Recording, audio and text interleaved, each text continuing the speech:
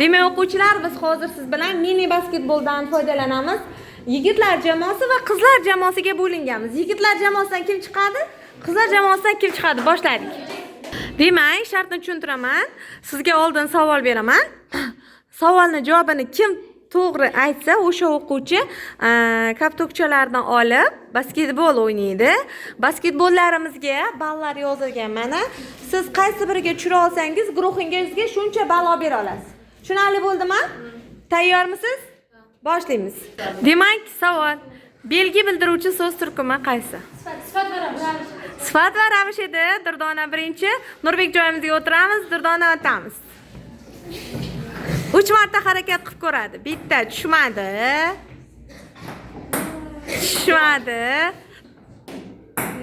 Demak, guruhga ball olmadik. Keyingi o'quvchilarimiz chiqadi. Demak, savol. O'quvchilar qaraymiz. Do'ppili yigit xonaga kirdi. Mana shu gapda sifatning ma'no turidan qaysi turi qatnashgan? Xususiyat. Do'ppili yigit. Aha, xo'p. Xususiyat bo'ladi. Lazbiga o'tirib olamiz. Zamon makon sifati do'ppili degan so'zimiz. Demak, olamiz va 3 marta harakat bo'ladi. Demak, necha ball bo'ldi?